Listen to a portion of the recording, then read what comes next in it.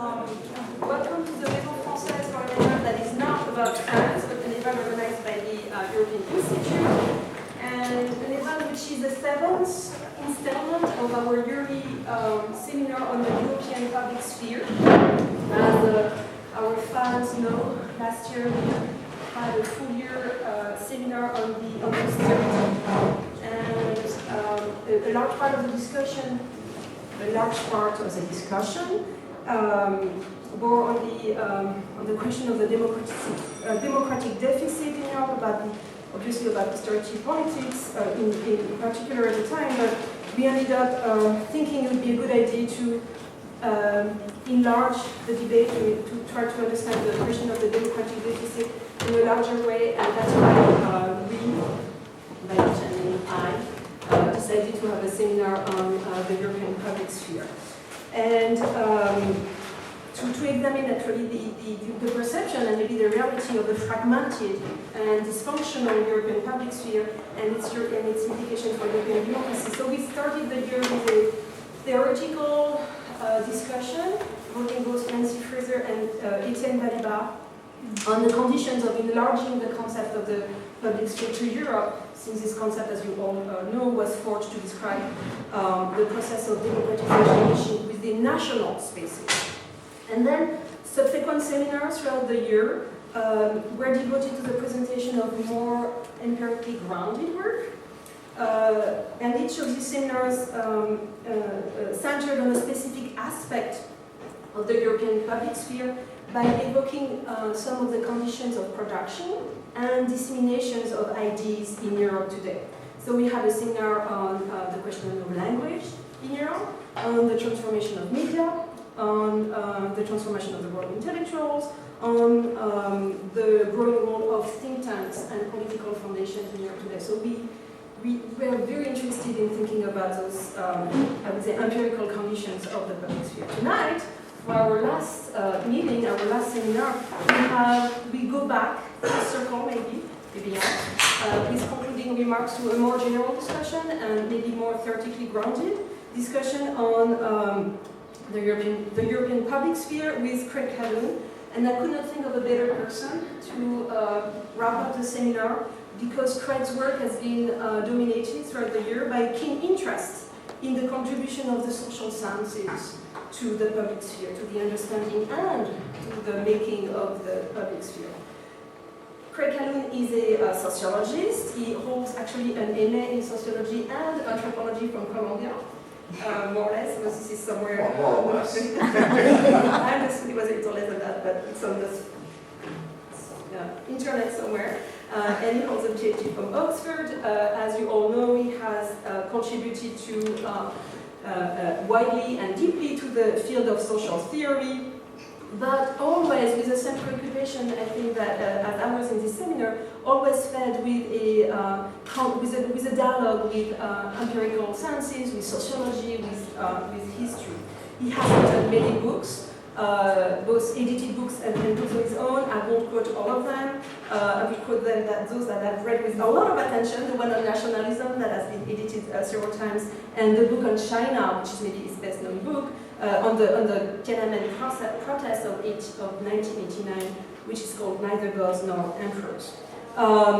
Craig has had a very brilliant career, which had some involvement with Columbia for some time, but he's been for a long time at UNC, and then he was at NYU, still at NYU, professor, you still know, you know where at NYU. So he was a professor from 1996 on, recently, 2012, and at NYU he founded the Institute for Public Knowledge, and he was also, of course, the director of the Social Science Research Council from 1999 to 2012, and since 2012 he crossed the Atlantic and to become the president, the director of both of the London School of Economics and politics?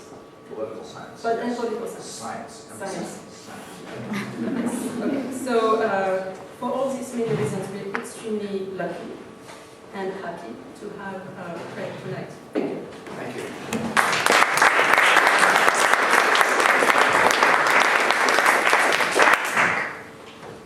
I think I've continue to a striptease performance the entire show. But, so I do have a long engagement with Columbia. I'm, to be more precise, I'm MA in anthropology and ABD in sociology. I left without finishing my doctorate and did eventually finish a doctorate at Oxford. I joined the Columbia faculty and also left that in a premature way after a year and a half or so. So I have a history of loving it and leaving it. I still love it. If you don't like my talk, I will be leaving very fast afterwards. And I will speak with some generality, as perhaps befits a wrap-up. I'm not so sure about the theoretical depth. You'll have to judge. And let me begin with a not so theoretical, practical moment of the talk, and explain what I mean by dream of the democratic republic in a slightly roundabout way, starting with, I'll come back to universities. The LSE, the London School of Economics and Political Science, is under occupation at the moment. About a month ago, just over a month ago, a small group of protesting students and others took over a suite of 2 rooms on campus and declared the creation of the Free University of London. This was not in imitation of the Free University of Amsterdam or the Free University of Berlin or another set of free universities with a different image of the term. It was something that connects to different ideas of freedom. Ideas about free intellectual inquiry and how it might be distorted. Ideas known here. Ideas about free from cost that are a little more complicated. The students issued demands, the first of which was for, and I quote, free and universally acceptable education. They elaborated this by saying first that it should not be for profit. The LSE is not for profit, so not a complex negotiation there.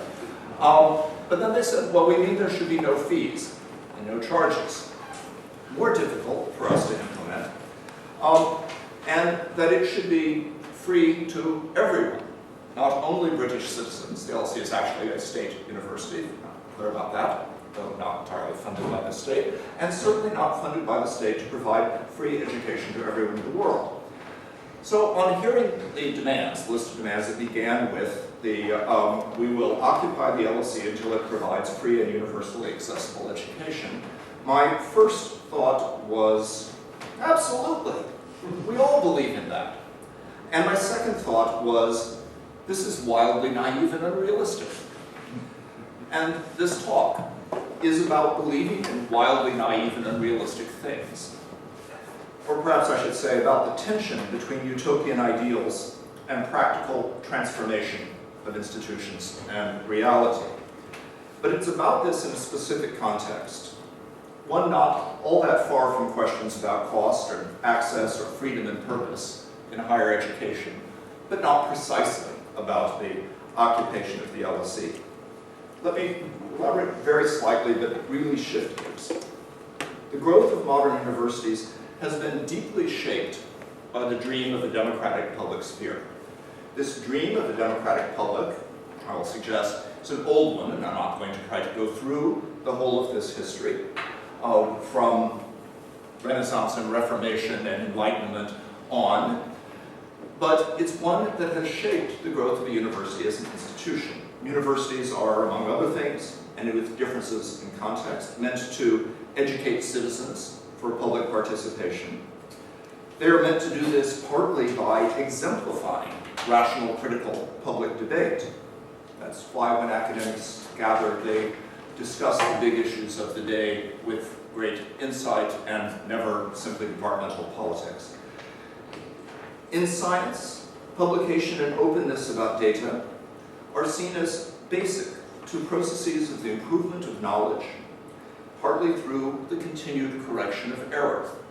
And so I won't elaborate, but one direction of discussion would be what is happening to the infrastructure of publicness in intellectual life itself. And there would be themes ranging from the debates over the availability of unbiased reviewers in pharmaceutical journals through to the issues of proprietarial ownership of research and its access to public scholarship and a range of others that are important. But universities aren't only publics. They have other agendas, like preparing students for employment and careers, making advances in knowledge that are valued for technologies and economic benefits, cures to diseases, and as well as citizenship. And indeed, personal satisfaction, not a trivial motivation for academics. There are basic challenges here that take us back to the issues raised, though only raised half explicitly, by the LSE occupiers. That is, at first, when I began to speak to them in a series of meetings, I think by free they meant it shouldn't really cost anything. They didn't mean somebody else should pay. But of course, on further reflection, when asked, they did mean somebody else should pay. And it provoked a conversation, for them a conversation about should that be the state. They didn't really like the state either, I might add, they are anarchists. And therefore they have mixed opinions about the state. That was better than charging the students, but somewhat less good than actually being free. And their thoughts have evolved on this. I won't sort of dwell on their response. Say that they didn't ask questions explicitly like who pays for what it is they think should be free. Or questions like who gets in, about access. They thought, remember, universal access. So is it taxpayers, parents and students, philanthropists who pay? And what are the implications? And if the payment is less than adequate to offer high quality to everyone, how is access rationed for universities? What rights do those who get admitted and pay have? How much hierarchy should exist? How should it be organized? Now I'm going to step back from these pivotal issues for higher education, just one more comment, and look at similar questions, or with similar questions in mind, at the stream of the democratic public, because I think the same sort of questions arise in general. The university is not only one of the creatures of the rise of a public sphere shaped by it, but it also exemplifies some of the issues that are challenges for the notion of a democratic public today, including issues like who's in the demos and who's not, and how is this related to resources, and what structure of inequality, how is it compatible? It's not irrelevant to the occupation of the LSE, for example, that the majority of the students are not LSE students who are occupying the space at the LSE, and that the protest was initiated by Dutch students arriving in the wake of the recent protests in the Netherlands a few months ago over the issue of cost and control in higher education and seeking to make an international movement. They didn't evoke, I won't say whether they knew or not, they didn't evoke a history of this. It could have been an 1848 story. It could have been a story of a variety of periods in which émigré intellectuals, sometimes with radical ideas, moved around Europe, reshaping both national and international European history in all of this. The issues are different in the UK, where higher education is organized and funded somewhat differently from the Netherlands and from other countries. There are still these national differences, but they don't completely dominate the story. Now, this talk is organized in 4 parts. First, the most formal part of it, I will offer what really still only amounts to a sketch, gesturing to some history and theory. Especially at the end of this, I will pay particular attention to the idea of a unified public sphere and popular agency. So just to foreshadow, a theme that runs through some of the theoretical and other debates over the public sphere, or what gets now often called the public sphere, is can you say the? Can you use a definite article? Right? Do you have to say Publix and recognize a kind of diversity of these publics? Nancy Fraser, who we heard from, is one of those who has encouraged the notion that there shouldn't be a claim to a hegemonic public sphere, that there are multiple subaltern publics and other publics. And this raises a question, but it raises a question that has both political and or practical and political roots, and a sort of philosophical issue that travels under the name of what is metatopical agency. And I'm not going to go into that in enormous detail, but let me just suggest it has to do with things like, can you say there was a subjectivity to a democratic public, that it acts in some sense as a subject, and what does it mean when you try to say something like that. After this, I will take up tensions between ideals and practicality with special reference to institutions and moments, transformative moments, and the relationship between Publix and counter-Publics, prominent in the literature. Then I will look, and only very telegraphically, just evoke a few of many challenges to the vibrancy of public spheres, the nurturance of critical reason. And finally, I shall speak briefly of hope. This is significant because my talk, like others, may deprive you of hope.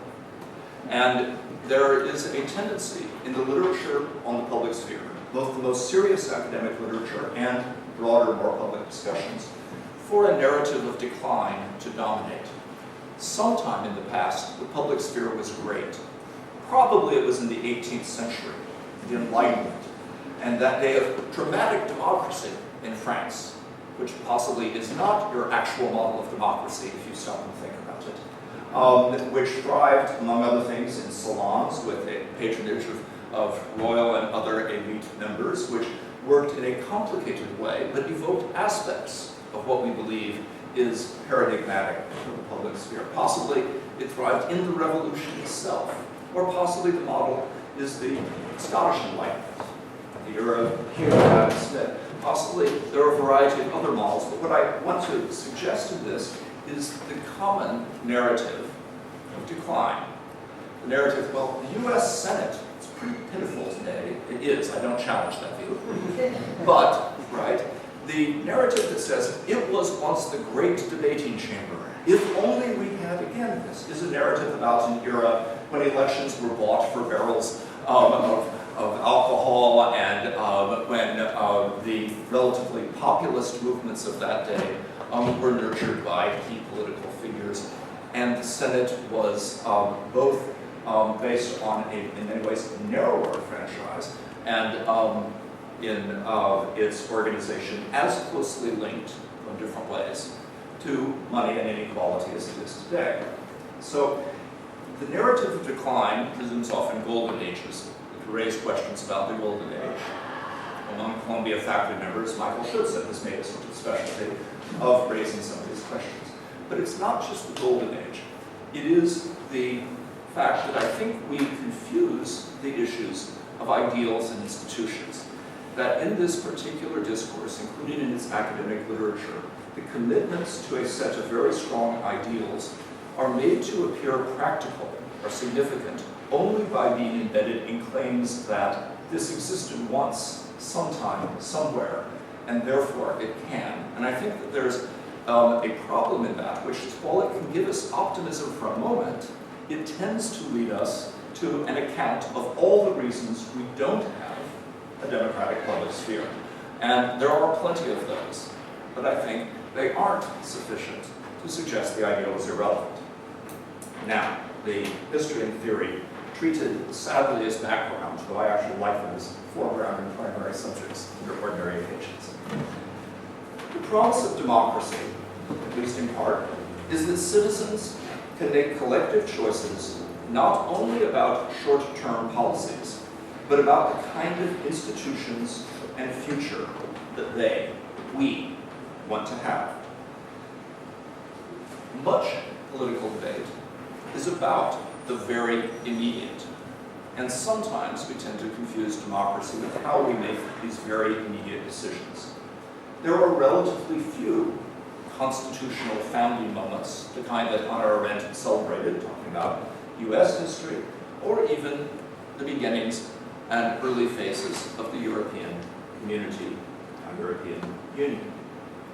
But there are times, and recurrent times, when we reshape institutions. This is basic to democracy because it means really changing the conditions of our collective life together, as opposed to simply meeting certain practical challenges. The possibility of doing this turns not just on elections and other constitutional features of democratic government, but also on commitments to some idea of the public good, even the very idea that there is a public good, and participation in public communication to establish what it is and guide its pursuit. This is a claim against the authority or necessity of monarchs and dictators, but also for the possibility of choosing a way of life and an organization of social solidarity, by contrast to simply inheriting them or putting up with what is engineered from above or emerges from other sources. Not surprisingly, there have been many skeptics. In 1925, Walter Lippmann famously suggested that the public was a phantom, at most a reference point for establishing the collective interest, but not a meaningful part of the process for ascertaining what policies would actually serve that interest. Solving problems, he said, required experts and effective administration, but not large-scale public action or debate. Lippmann's argument is probably most remembered today for occasioning John Dewey's counter-argument, but it actually was itself a widely influential argument. Dewey, in response, offered a spirited defense of democracy and the centrality of public engagement to democracy. There are many aspects of this. This is where Dewey outlines some of his ideas about democracy as necessarily an educative process. That is, a process not simply of decisions among already fully formed people, let alone a fully formed public, but of the self-education of the people in public, key part of Dewey's ideas. In a sense, Lippmann can be seen as the foil to the entire ensuing development of the academic study and popular discussion of democratic publics. He said they don't matter much, that the real work of policymaking and problem solving inevitably gets done by political insiders. Most people are mere bystanders, not agents. Most lack technical mastery of problems sufficient to solve them, and therefore that democracy itself is best limited to elections that check abuses of power or resolve crises. Now, you'll be familiar with history's large parts of political theory that articulate this, as well as plenty of people's ordinary views. We're not short of skeptics today. Some worry that the technical nature of policy challenges is simply beyond translation into the less precise terms of public discussion.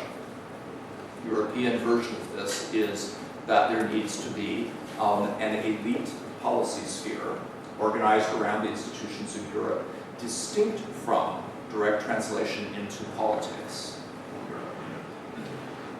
It issues in problems like the referendum, right? The production of a basic law that experts could love and the public couldn't understand, and its rejection in a variety of forums.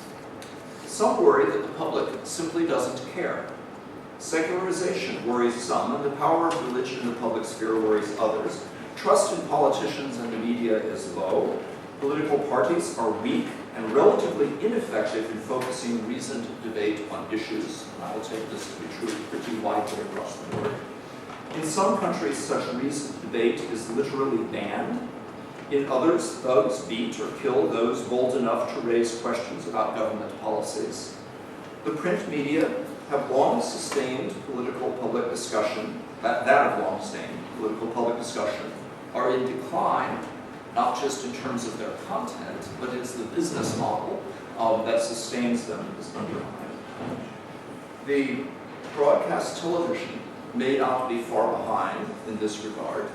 Major questions of debate in Europe are how should states subsidize, whether states should subsidize, what are the impacts of different things, but here too, with mainstream media facing significant long-term change and decline in audience share. New electronic media offer exciting possibilities like interaction on a larger scale and over longer distances, but it is unclear whether these possibilities will outweigh the dominance of commercial and entertainment uses.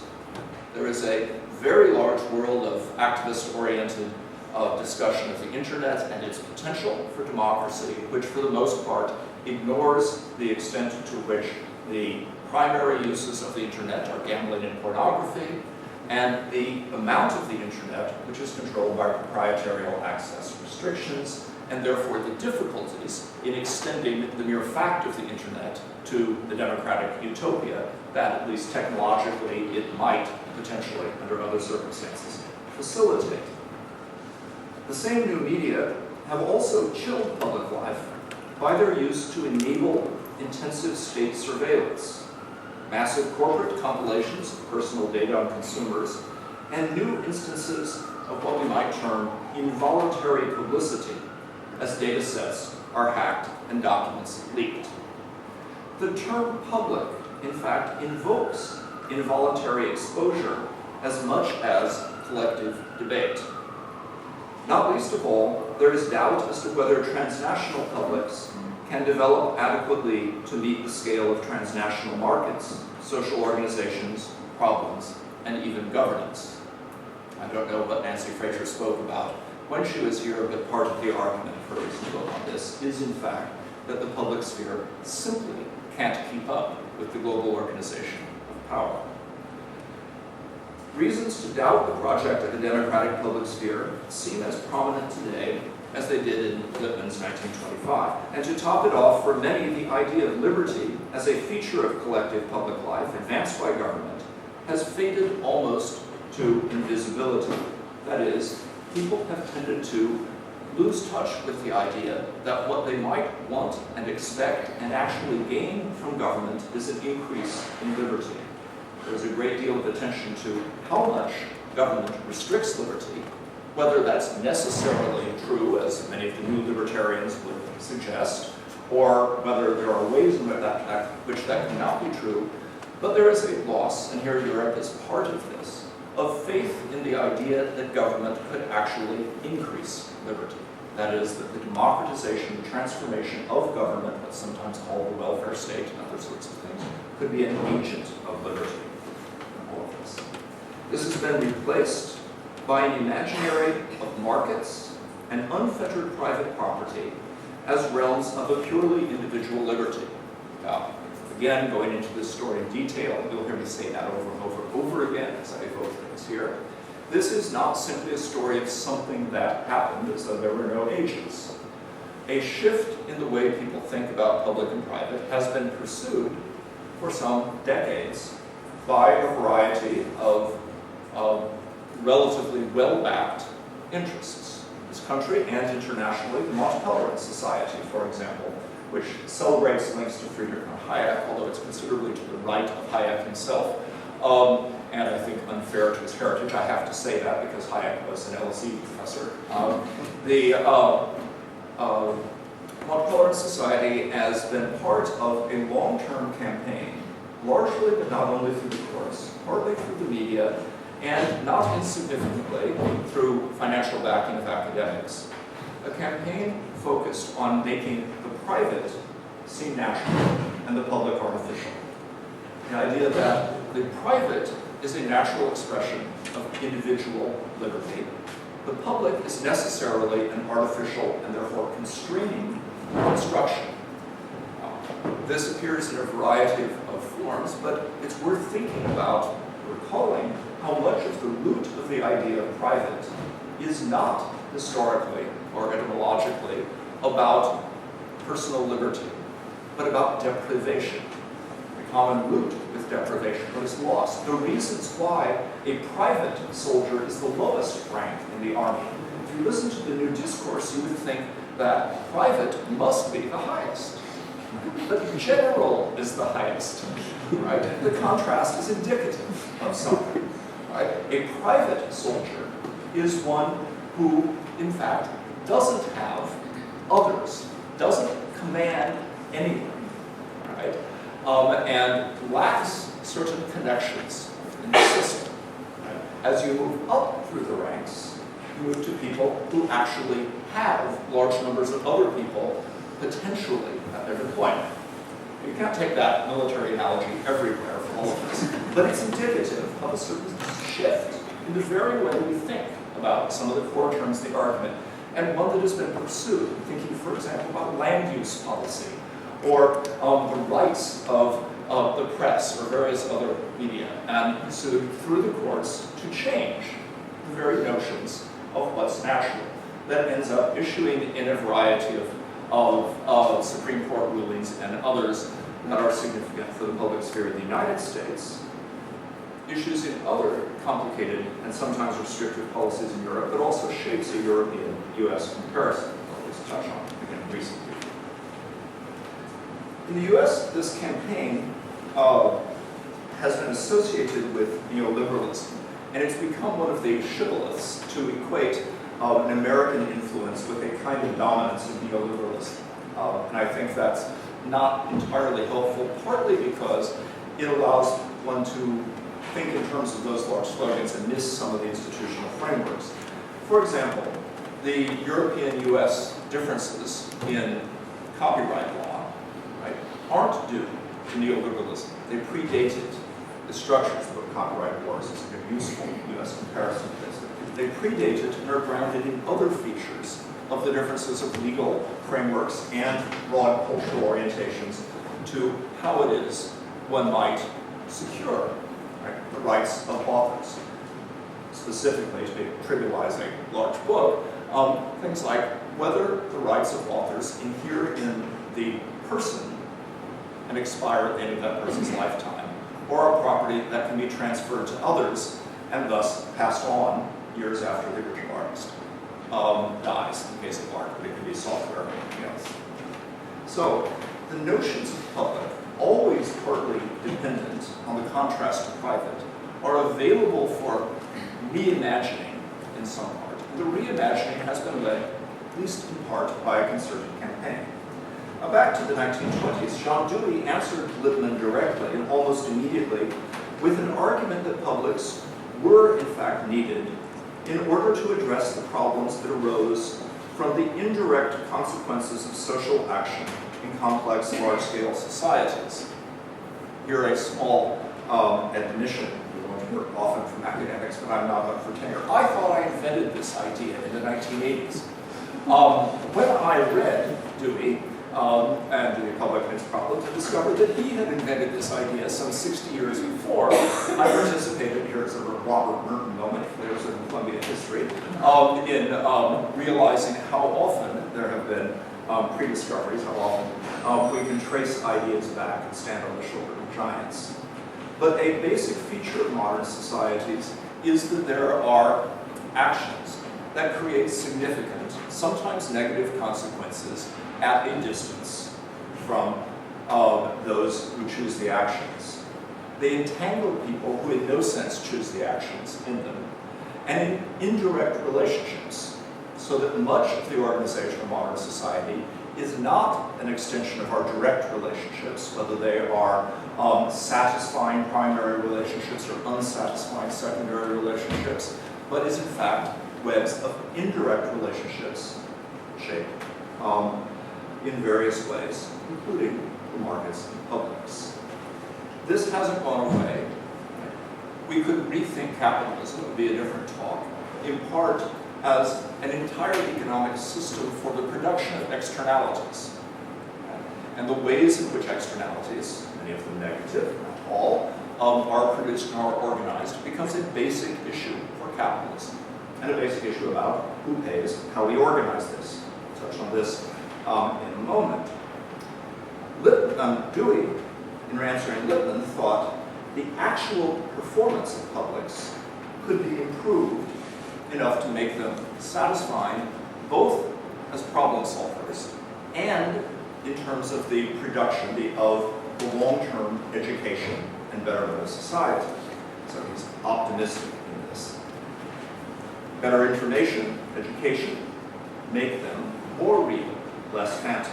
At the center of his analysis was an asymmetry he wanted to reduce between the capacity for a small number of people to make problem-causing decisions, including pursuing profits in ways that generate those negative externalities I was just speaking about, and the large number of people affected by them.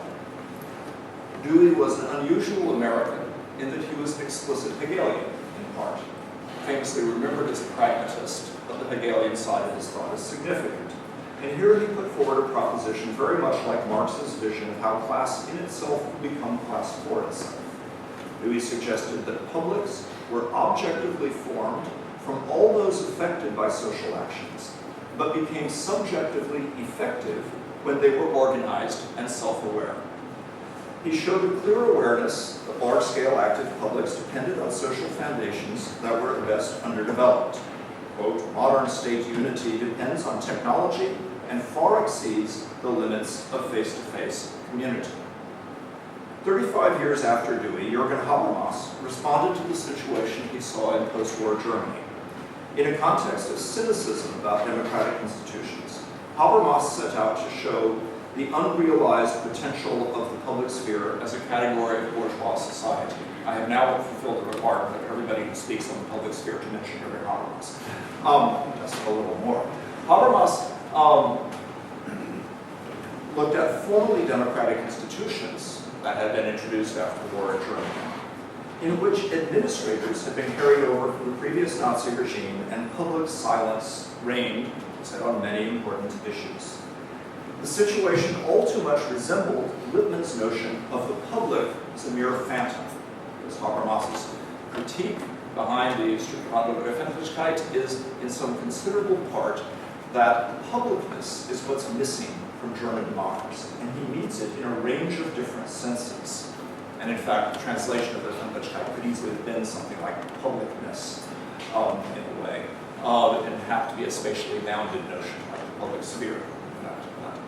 But here, his idea is that an animating part of public life, of democracy, is public life, is openness, is transparency, is talking about things that people may otherwise silence, as well as engaging more and more in the capacity for collective decision. This was precisely picked up on by Max Horkheimer, who applied leverage to Theodor Adorno and who shaped the rejection of Habermas's book as his Habilitationschrift at Frankfurt, leading him to go to Marburg. They rejected it precisely because they called it voluntaristic. That is, it would do what Nazism had done, encourage the less educated people in society to participate actively in public, and this would be dangerous. So the stakes of this are outlined in significant ways. Now, for Habermas, there were negotiations going on. Negotiations, for example, among business, labor, and political leaders, but not an open debate about the character society should assume, or still less, the implications of the Nazi past. But it wasn't just Germany with the Nazi past. Versions of this, he thought, reigned widely. In contrast to such negotiations among interest groups, Habermas celebrated the emancipatory potential of a collective discourse about the nature of the public good and the directions of state action. This could be free insofar as it was rational, that is, based on the success of argument and critique rather than the force of either status or coercion. Pause on that for a moment. There's a lot of talk and a lot of Habermas's interest in how to operationalize that. The idea is not a complicated idea. It's that the best argument wins in a debate, rather than some reference to who is making the argument.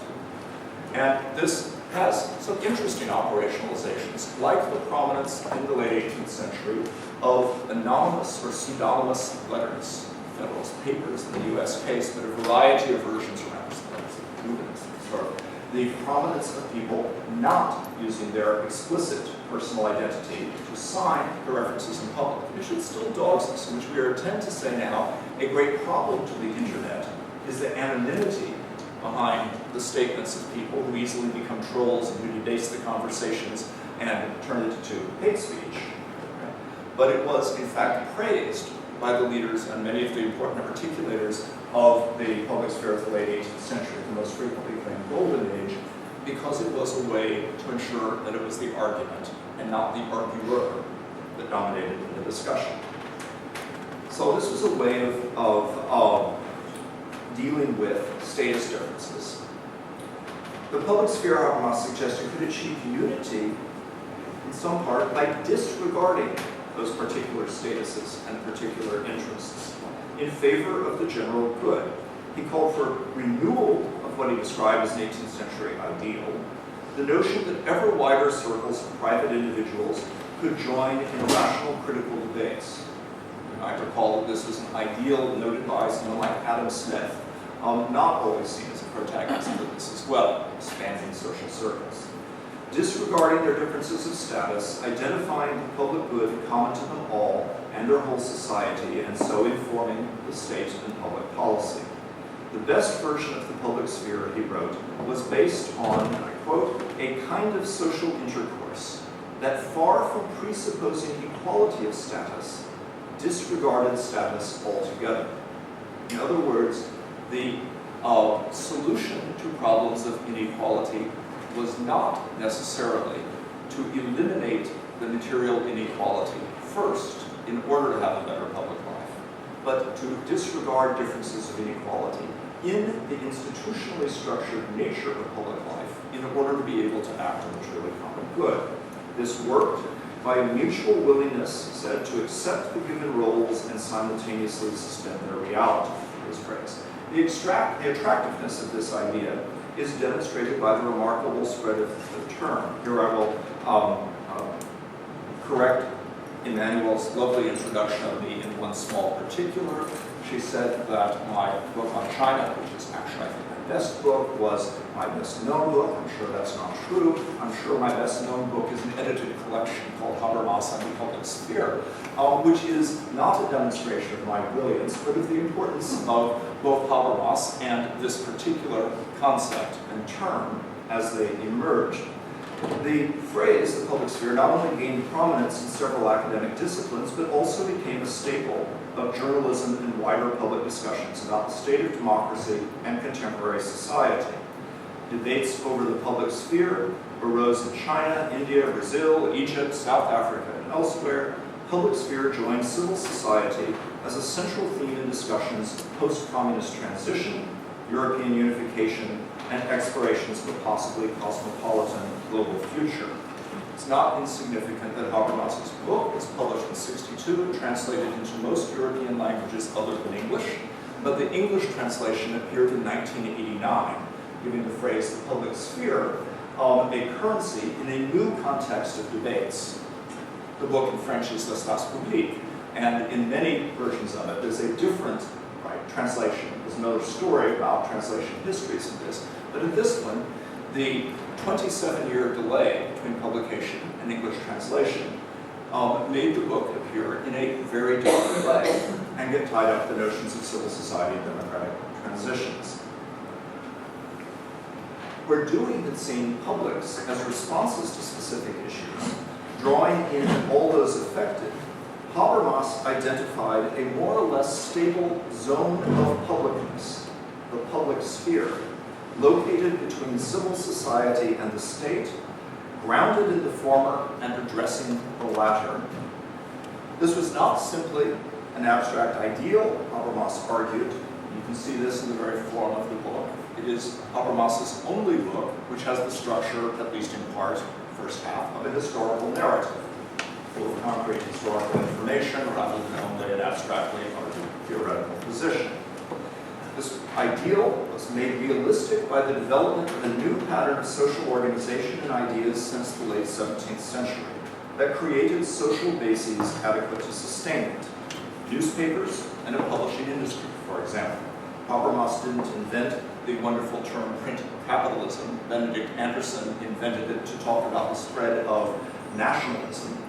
But it is what Habermas is talking about, the way in which a certain kind of business institution, the newspaper, was facilitative to a transformation of culture and collective self-understanding of large populations. Coffee houses, in which, among other things, people read the newspapers often aloud, and other publicly accessible spaces were equally important. And indeed, states, increasingly attentive to public opinion, were important.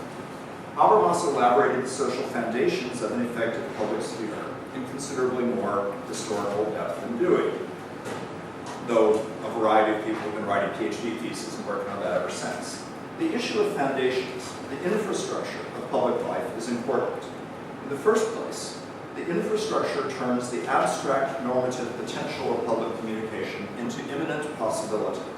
Secondly, the infrastructure gives publics their contours. You ask about access and who gets in. Does it depend on literacy, for example? The 18th century flourishing of the public sphere was without mass literacy everywhere in Europe. So this particular golden age was structured on the basis of print media that were themselves intrinsically exclusive.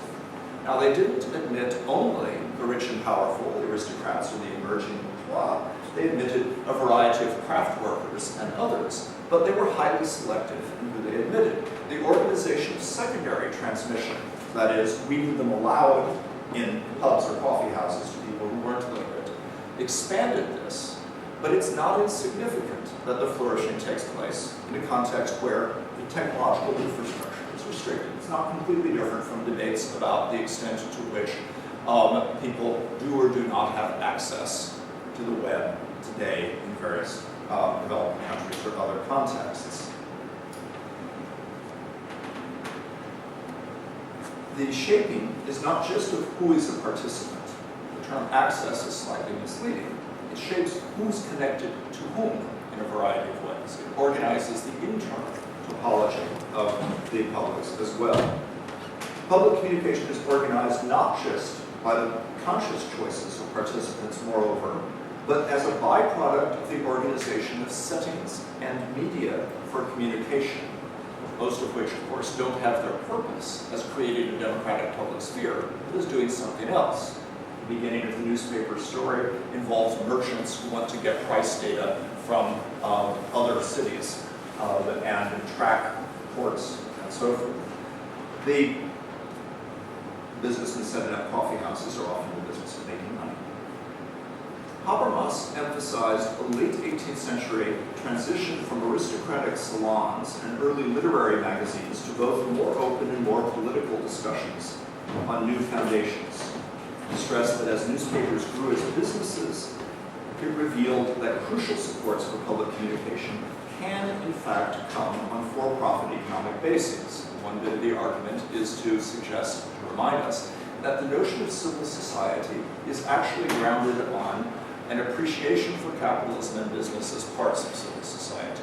I make the same point with Adam Smith, whose account of the invisible hand is in part a demonstration effect. It's intended to show that people can be organized outside the control of kings and government, that they can self-organize.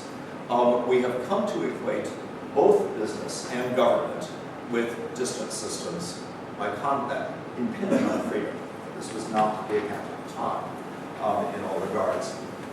As later critics noted, Habermas' account is wanting in various regards, and I'm not going to go through the kinds of critiques. One striking one is that neither science nor religion figures. It is neither of what might be considered the two largest waves, precursors to the modern public sphere in Europe, the rise of science with its invisible colleges and its communication networks, nor the religion with printed sermons, churches, and all of this figure in the story. Now, you could very well have started the story in the 17th century rather than the late 18th century. Now, changes in technology and social organization have continued to matter, and they matter into the present day. All sorts of other things happen, but the issues remain along the same. As television happens, but public management or subsidy, license fees or subscriptions, commercial sponsorship, similar sorts of organizations organized in the public sphere. Habermas, though, left implicit one of the most important infrastructures for publicness, cities. Never discussed or made a theme in the book is the rise of the city as itself part of the story of publicness. Yet early modern public life was overwhelmingly an urban phenomenon. Market squares and certain street corners were important public spaces, not just coffee shops, but public houses, gardens, parks, churches, and schools supported public gatherings. While some grew as small businesses, others were the objects of collective struggle and state guarantee, as citizens tried to ensure that they would have the spaces for public life. And this is a story, again, with different local and national characteristics throughout Europe. Also left out of Habermas' story, as Knecht and Kluge famously argued very shortly after it, are worker struggles. But part of the worker struggles, not fully embraced by Knecht and Kluge, was a struggle for public space. Edward Thompson makes a nice point about Greenham Common in London. Greenham Common, if we remember it today, we're apt to remember for anti-nuclear weapons armament protests near the end of the Cold War. ladies of green and common, famous term. It's also significant that these were among the most prominent women-led protests of an era linked to feminism. But green and common existed only because it had been fought for by workers in the late 18th century, trying to preserve commons, trying to preserve open spaces for various purposes, including leisurely walks, not only for public life. So there's a longer story, a story that involves class struggle in a different sense, and a story that is over the space of cities. This is not trivial today because cities are changing dramatically in this regard. Just to evoke it, the early modern cities into the very beginnings of the 19th century were cities that had a certain operatic character to them. They were staged around central squares in many ways. The stories of successive French revolutions always figure the Hôtel de Ville. They figure certain stages, if you will, of the revolution. There is a sense in which the Venice of opera becomes the Europe of popular politics at its birth. Right? And popular politics is marked by a kind of pageantry that can be organized in public space, but also by the physical locatedness of some of the objects of state power. You could, in fact, seize the Hôtel de Ville in a way you can't seize the institutions, even in still centralized France today.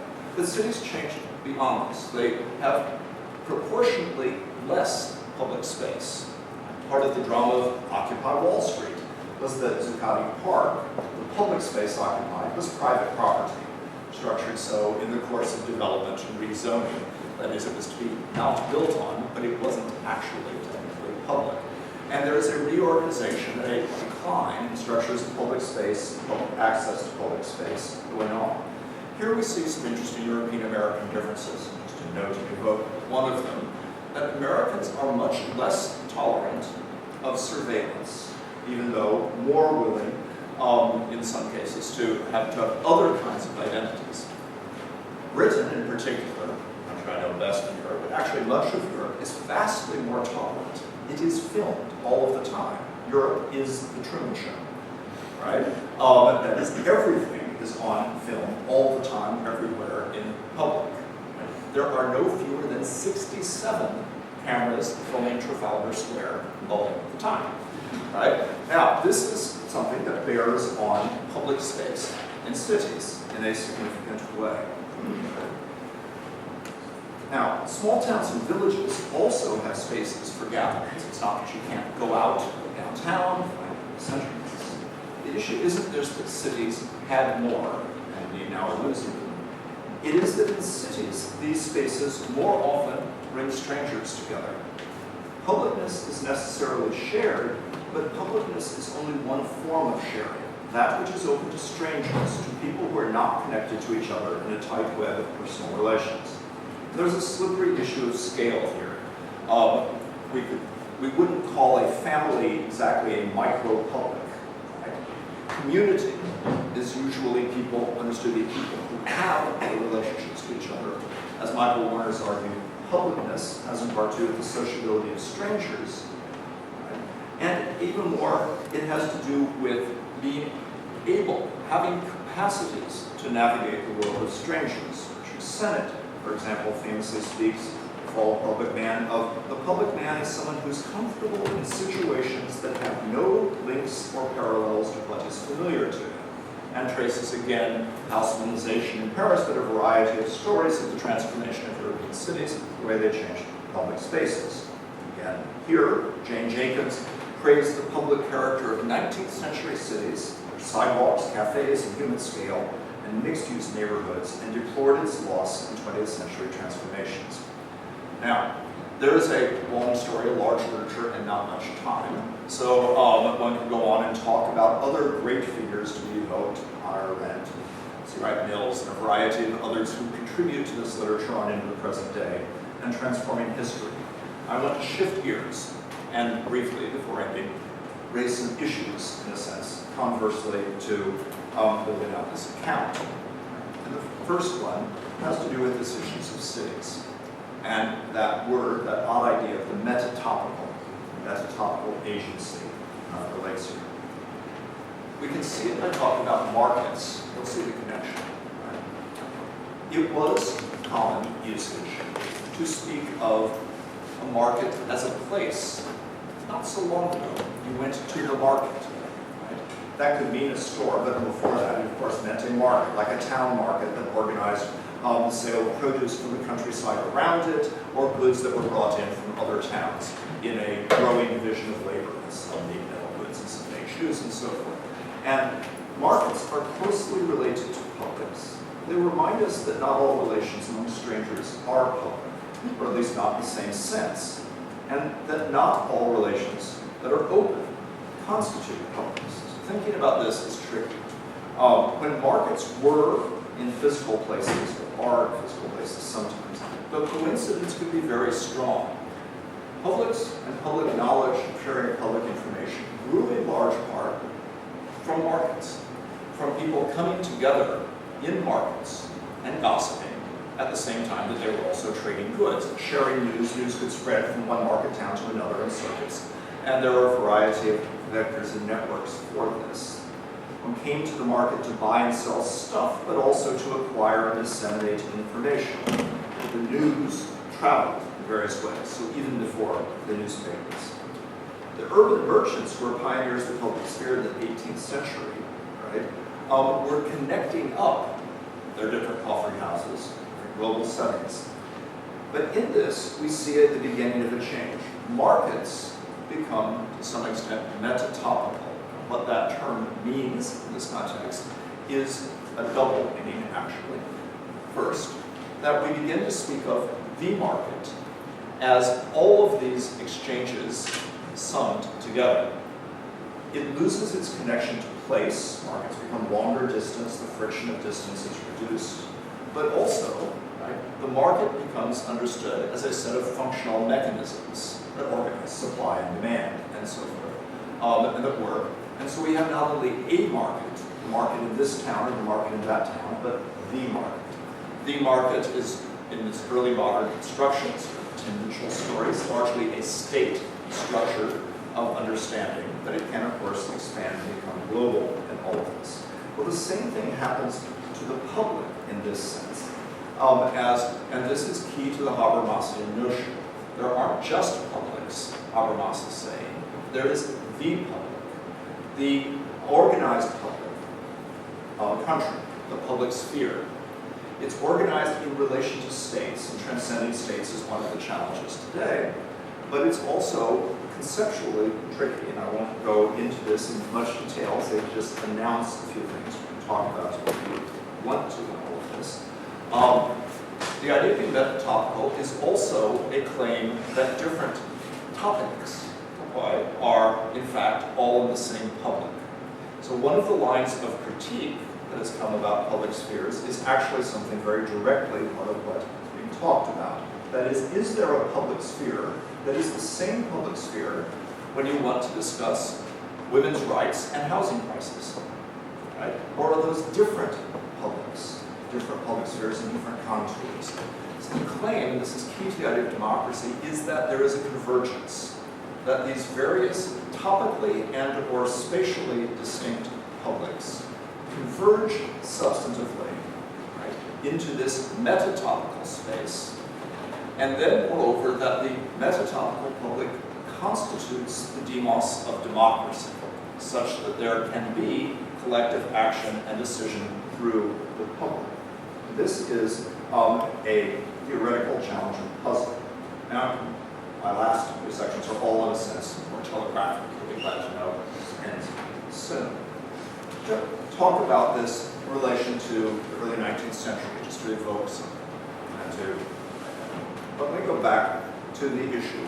Note, it's implicit in the LSE Occupy question that I began with. Is it the case that to be a public requires boundaries or requires dispensing with boundaries?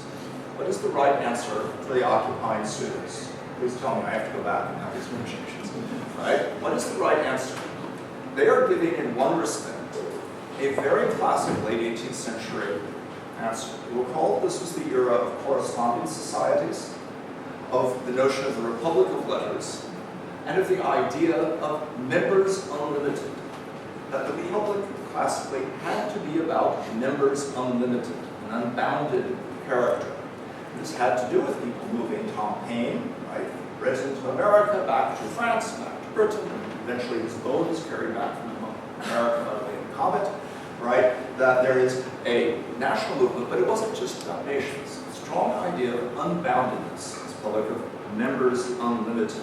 And this, of course, is being evoked by students who say, we won't really be free if you restrict us. If you say, well, LSE students have rights to occupy, but we can't bring in all the other students from Amsterdam or wherever else, right? That this is not freedom, but this is about publicness and its attention to the word.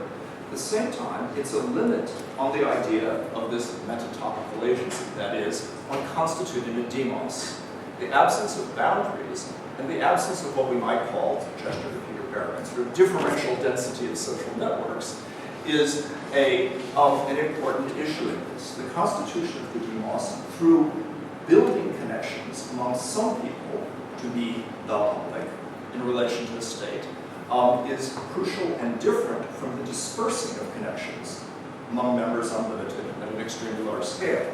The two of them coexist uneasily in this history. Similarly, the idea of counterpublics in Publix raises a concern. It's a term introduced, counterpublic, by Knecht and Kluge to point out that Habermas failed to talk about the non-bourgeois publics that were developing at the same time. They call them plebeian publics, actually, we call them workers, whatever you want. And the extent to which the public sphere wasn't just made by these relative elites, but by contestation, I argue. In Roots of Radicalism, the extent to which the public sphere was always fought over all the time.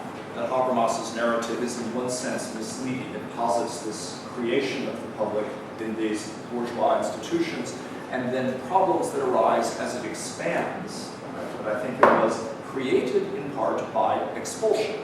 That is, it was in declaring that the public would not include a variety of subaltern or other forces, enforcing this by things like taxes on newspapers, to increase the prices such that they could be read only by the people.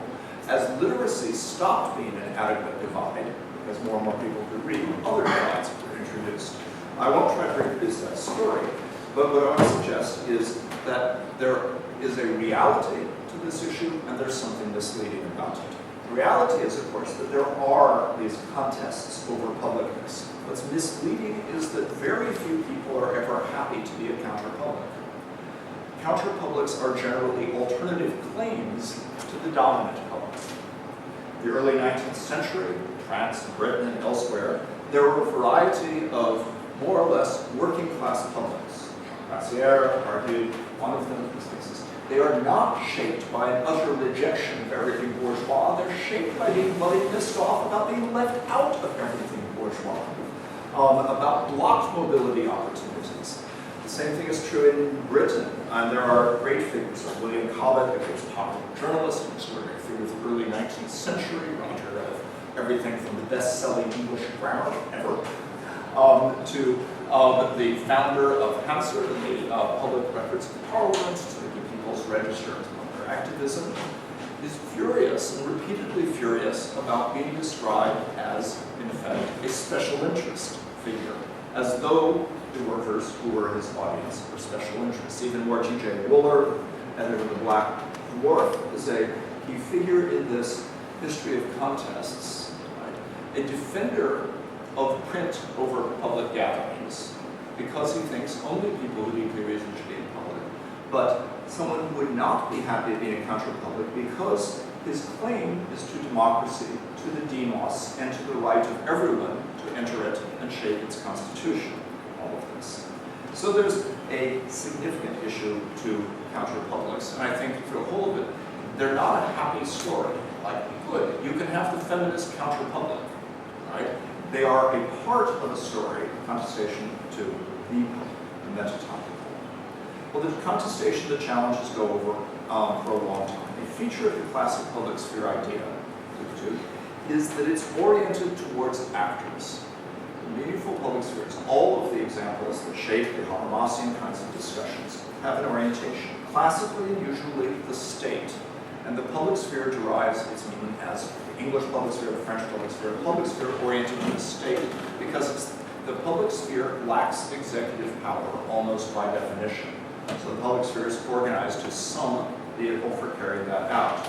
Now here to begin to elaborate this, we need to see how it fits into the kind of story that Karl Polanyi outlined as double movement, the destruction of pre-existing solidarities, say craft communities, by industrialization, the building of new ones. Polanyi is interested in new ones like insurance systems or welfare state systems, and these are indeed built in the response to the loss of family and community social support systems. But it's worth thinking of the public in this sense as well. That is, the creation of the public as itself a form of solidarity, not being the public before claiming various other material benefits, but the rebuilding through newspapers, through communication, through culture and imaginaries of a new kind of solidarity, and one that links citizenship, nation, and state. I don't have time to go into all of them. It's also worth noting, as I suggested already, there are other actors to influence, businesses, and there are civil society organizations like philanthropy for any manner of problems that are, say, Polanyi's problems, social needs that are not being met because the old forms of meeting them have been disrupted. There are various different kinds of choices about how to meet them. You can meet them with state programs, you can meet them with market mechanisms, you can meet them with philanthropy or charity. There are a range of these sorts of things. You can do self-organized civil society. This goes on through the whole modern period. If I haven't already talked too long, you can take it now into the struggles over, is anarchism pointless, right? Or is anarchism a vector of possibility for reorganization? So in Barcelona or any city with a substantial population of self-organized support in urban communities, is that to be found inherently wanting because of its inability to scale up to large scale? Or is this the building, among other things, of large-scale politics in this? This is important because the biggest limit to conventional publics, evidently something we've already discussed, is the limits to states. That is, the extent to which state boundaries either limit who can be in the public, European problems of migration as they go on, it's a fundamental issue, who gets to be in the demos in basic ways, or the limits imposed